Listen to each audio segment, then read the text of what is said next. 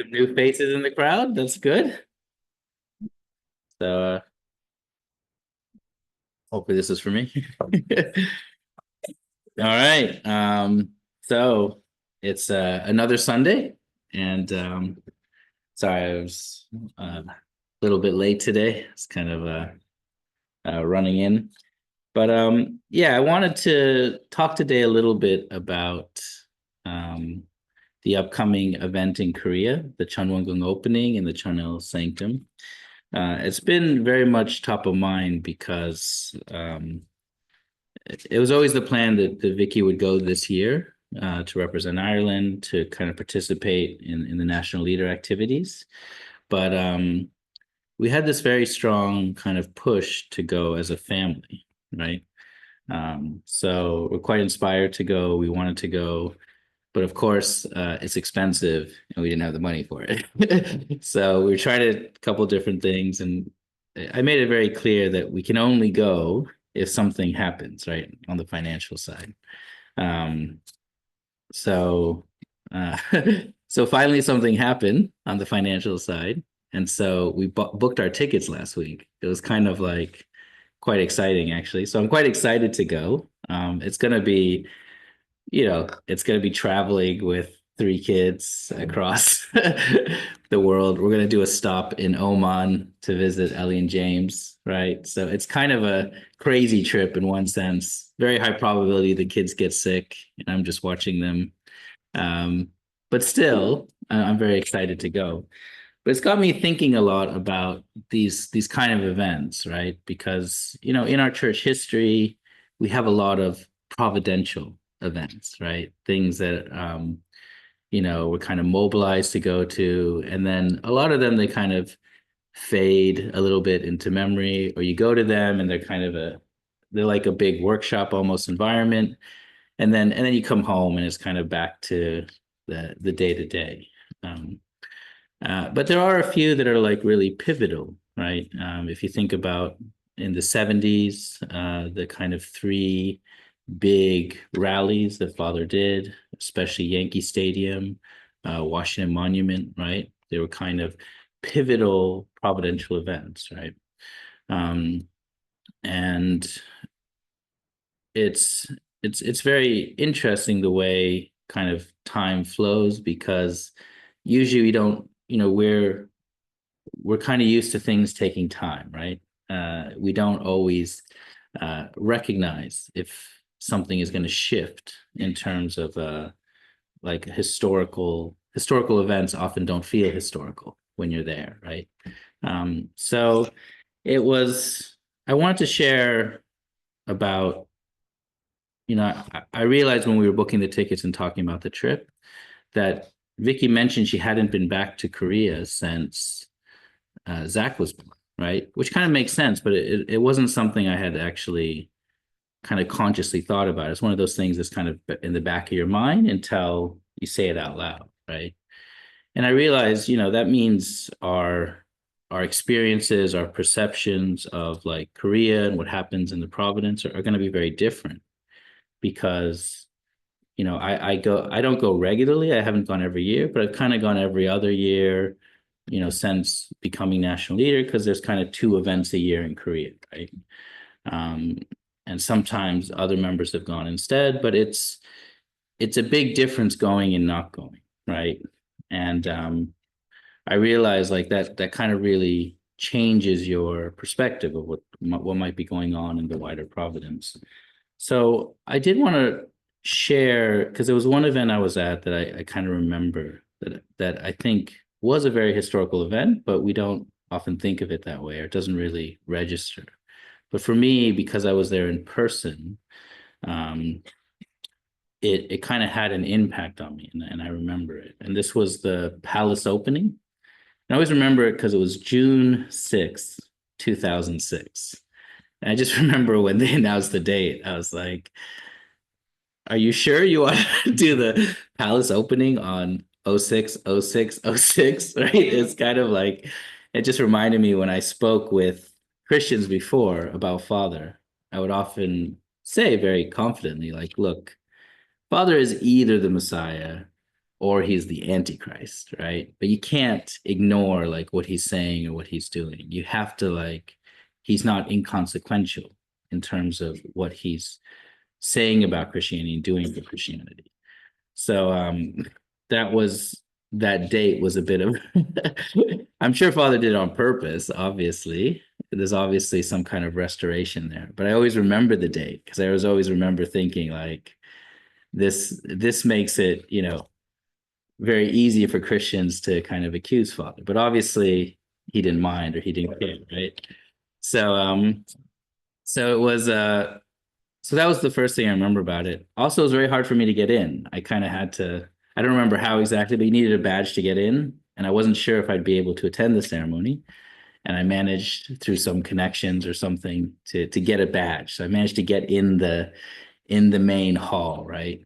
And I was sitting on a wall. It's completely packed. It was the first time anyone had been inside the palace, even in the courtyard. No one had actually gone into the building yet, right?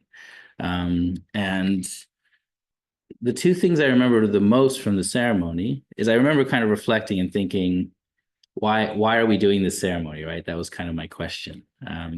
What does it mean entering a palace, right? But I remember two parents kind of coming to out of the car to the bottom of the stairs, and this was 2006, so Father was already 86. So they had like a ramp up the stairs. Sorry, a stair lift, right? So mother and father stood on the stair lift and they were kind of gliding up the stairs, right, with the music playing. And, it was obviously because father couldn't walk so easily up the stairs, but it kind of gave it a very regal element and feeling. They're dressed in their like royal robes, wearing crowns, right? So that was it was kind of a very visually stunning thing to see, right? It was a very kind of a powerful statement, a very powerful symbolism. Two parents kind of gliding up into the palace, right? And then the second thing that really impacted me and that I remembered was they had one representative from every Korean clan follow true parents. There were many things brought up into the palace behind true parents and before true parents as kind of like a progression ceremony, right? But one thing I remember was each clan in Korea there was a representative for, and each held a different crown, right? And again, the symbolism was very, very powerful. It was like all the clans of Korea were uniting behind true parents on this day, right? And also, it was kind of the first time they really revealed the Cheonoguk flag, the two cranes over the family fed symbol. And so that flag was kind of flying in the courtyard with the church flag and the family fed flag and the Korean flag. So it was kind of it was a very kind of powerful event, right? And I was very grateful to be there. But then afterwards, like, then I kind of went home and life continued. But when I reflect on it, it was a real pivot in a very important element of our kind of church culture, especially in Korea, because essentially what that meant, two parents moving into the palace or entering the palace, is they actually literally moved into the palace. So before, when people went to Korea to meet true parents for Hundeok, you either went to like the Cheongpadang Church, which was one of the first church, or you went to true parents' home, the mansion in Gangnam, right? And it was always like kind of limited space. It was very, it was kind of also like East Garden. There's like one big hall, and two parents are kind of sitting in their own living room almost, right? But when two parents opened the palace, so to speak, then Cheonpyeong really became kind of the center of not just the Korean providence, but the global providence. So there was a very actual providential shift in kind of true parents' position, in the way members could kind of attend true parents. And so from that moment, the palace really became kind of the center of, true parents' home, right? And looking back, it makes a lot of sense. So again, I was there for the ceremony. I was there and I didn't really understand the meaning of the ceremony. But looking back, I'm very grateful that I could have that experience because the providence was shifting, right?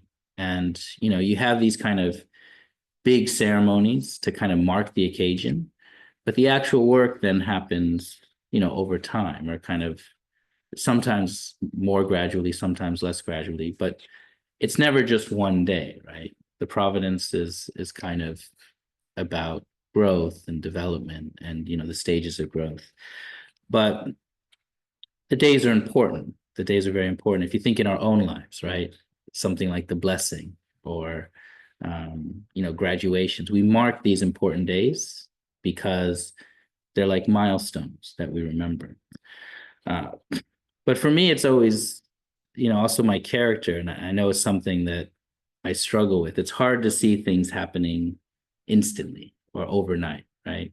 I remember on STF, one of my big struggles was I couldn't have faith that I would hit my goal if I wasn't having a good day so far, right? Like if my goal was 200 euros, I needed to basically do 50 euros every hour, right? It was I had this kind of very like, it's hard for me to believe in everything happening at once, right? Or just have faith that, miracles can happen, that kind of thing. So I had to like train myself not to know how much money was in my pocket. That was my first like task on STF, was just to forget, not to count, not to know, right? So that I could just put my faith in God to get the goal, right? And that's how I had to fundraise, right? Without thinking about the goal. And without thinking about like the external part, just focus on reflection and prayer. So, but there are providential moments in history, right? There are single moments that really impact or change the course of history, right? And there's single moments in our own lives that are much, much more impactful than um, than the kind of everyday. Like things don't just happen day by day. There are like massive shifts, right? And maybe it's more of a tipping point. It takes time to get there. And then there's also an adjustment period after. But it is important to remember there are providential moments, right? That we have to try to catch and be part of and be ready for. Um, and so this Chunwon-gung opening in Korea on April 13th, right? Unlike a lot of the other providential events where we get less warning, right? Father used to just be like, okay, 2 months from now, we're doing this, right? And everyone mobilizes and everyone goes. But for this Chunwon-gung event, we've had a long time to prepare. 2 years ago, Mother already did kind of an entrance ceremony. And that was also a very beautiful ceremony. And, Mother was really happy. And it was kind of, everyone was outdoors, kind of, they had massive screens up. Like it was something that was actually quite an inspiring event. But again, I don't think people realize the impact in that moment, right? And honestly, I think Mother did it almost in case. I think she's very aware of her own health, and maybe she's worried she was worried at the time she might not be able to make it to April to do the official opening, right? So, so the providence is shifting, right? And it's developing as it should. That's almost what we would expect, right? When true parents on earth. But I think sometimes it's hard for us to catch it or understand it in the moment or even afterwards, right? Sometimes it takes quite a while, right? And I realized when I was speaking with Vicky that actually we have very different experiences in terms of the providential events. And even I remember when I went with Victor, it was his first time seeing the palace. And I was really it really impacted me kind of how inspired he was to see it. It was kind of like an amazing experience to actually see the palace for the first time and then to kind of relive that experience next to him, right? Because I think, if we haven't been to Korea, we're a small nation, we're far away. I think it's much more difficult to feel connected to the global providence, right? Or to really understand in some ways what your parents are doing, right? So, so I just wanted to share a bit to try to maybe bring some of that experience closer to home. The other experience I wanted to share was I always remember the first forgiveness ceremonies. I was in the States when it happened, and I went to the one in Washington, D.C. And the first forgiveness ceremonies was also the first time Daemonim left Chumkyung, and she was touring the world. And as part of that tour, she was doing the very first forgiveness ceremonies. And I remember it was really, I remember the second gen culture at the time is something that was just kind of commonly said, or people said all the time, or it was in our mindset, is that if you fell as a second gen or as a first gen that had joined the church, there was, I guess, this quote that you were below the bottom of hell, right? I don't even know how that's possible or what that means, but it was just like this fear, I guess, people had, or this kind of judgment people had. Um, and so one part of the Champyeong tour was to kind of get it out of Korea, right? To try to connect with the rest of the world and help expand the Champyeong providence to the rest of the world. Um, but the other part was this forgiveness ceremony. It was a major shift, right? And again, I was at the event, I had prepared, I did my confessions. It was like a nice event. You meet your friends. It's like a workshop, right? You have a good prayer, you have a good ansu, and then you kind of go back to, the kind of day-to-day growth and development that's more personal. But there was a major shift in our church culture after that event. And I look back on it and I realize it was a very pivotal point, right? Because, it was a very pivotal point in how we thought about restoration, the fall, right? Mother now is really trying to bring second gen back, right, to the blessing. And I mention that because there's also a forgiveness ceremony at this blessing, right? And since that day, there's kind of been somewhat regular forgiveness ceremonies, usually every 3 or 4 years. And they're quite powerful. They actually became like a new part of our church tradition and church culture, right? And I remember a lot of second gen struggled at the time with the idea of like forgiveness ceremonies, because it was kind of like it was like retroactively forgiven, completely wiped out, right? And that's still how they are. That it's as if it never happened, right? And for a lot of second gen, that was very difficult to accept, right? They're like, oh, I've been good, I've followed all the rules, right? you know it's like the prodigal son story, right? Why does the one who disobeyed or didn't follow the rules now get to come back and get rewarded, right? And that's a very kind of um sibling level understanding, right? But you can understand from the parental heart, it that's not how parents think of it, right? The suffering has already happened, and they want the child to feel love, the child to come back, right? And before, it was very much when people fell, there was no hope, there was no path back into the church. You were just gone and you were ostracized, right? And I remember that culture very clearly. And I remember it shifting, and I remember it changing almost from that one event, that one kind of experience, right? So the reason I wanted to share these stories is this is a big providential event, right? I feel like out of all the actual providential events that I've been a part of in my lifetime, this almost feels like we've had the most preparation and the most kind of forewarning, and Mother's really trying to prepare us, right? And there's been lots of 40-day conditions, and I've been praying about this for a long time, right?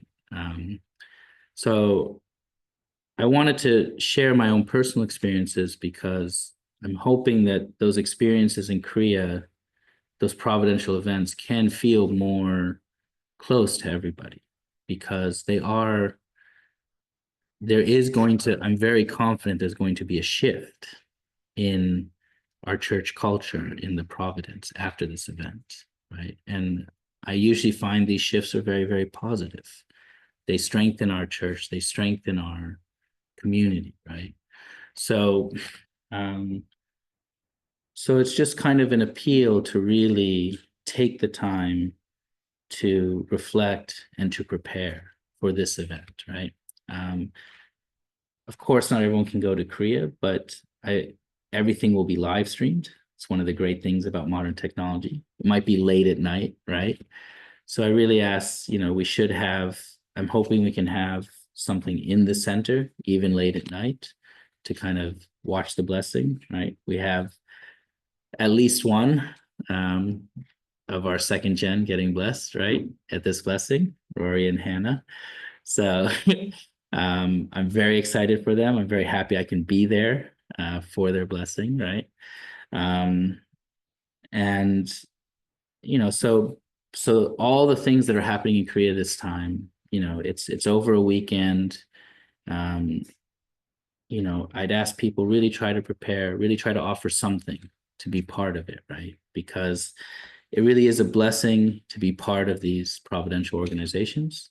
The impact will take a while, like our daily lives are still kind of our focus, but these providential events do impact us, and they do impact the whole world eventually, right?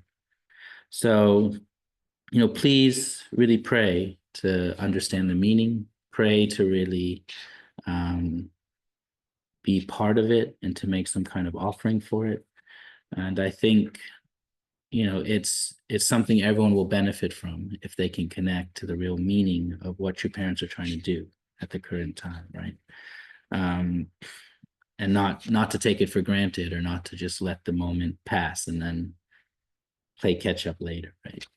So that's what I wanted to share with everyone today. It's obviously it's just very much on my mind kind of every day for me. But I realize I have a lot of the kind of personal experiences that help put it in context a little bit more. And I was hoping it's helpful to share that with the community. So thank you everyone for your time. I'll end with a short prayer. So please join me in prayer.